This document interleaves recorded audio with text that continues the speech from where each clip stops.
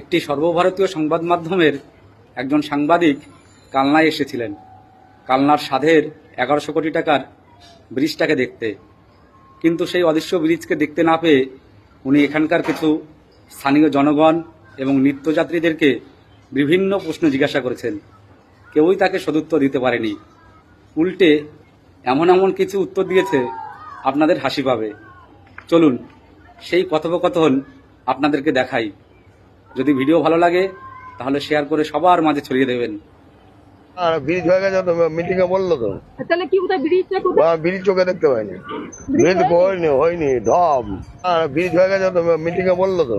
তাহলে কি কোথায় ব্রিজটা কোথায়? ব্রিজ চোখে দেখতে পাইনি, ব্রিজ হয়নি ঢপ।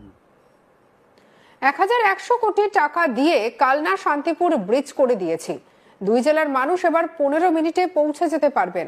6 এপ্রিল নদিয়া জেলার শান্তিপুরে মুখ্যমন্ত্রী মমতা ব্যানার্জির নির্বাচনী জনসভায় এমনটাই বলেছিলেন।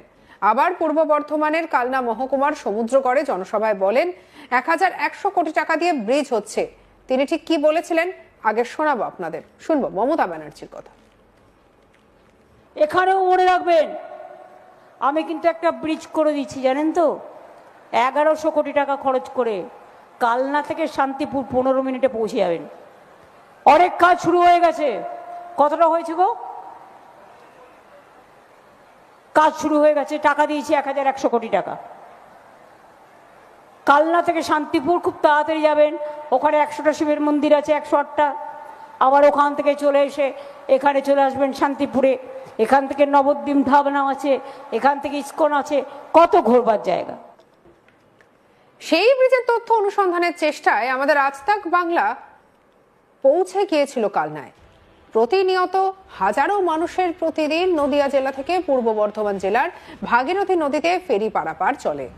আবার পূর্ব বর্ধমান জেলার মানুষও বিভিন্ন কাজে নদিয়া জেলায় যান একইভাবে।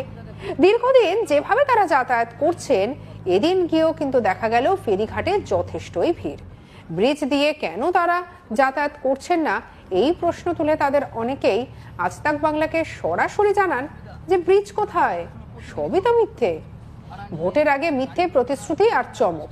স্থানীয়রা বিরক্তি প্রকাশ করে জানান দীর্ঘ সময় ধরে তারাই একই কথা শুনে আসছেন, ব্রিজ হবে কবে? আর এদিন মুখ্যমন্ত্রী বলেই দিলেন যে ব্রিজ তৈরি করে দিয়েছেন। আসলে উনি ঠিকই বলেছেন, অদৃশ্য ব্রিজ তৈরি হয়ে গেছে, কিন্তু চোখে দেখা যায় না।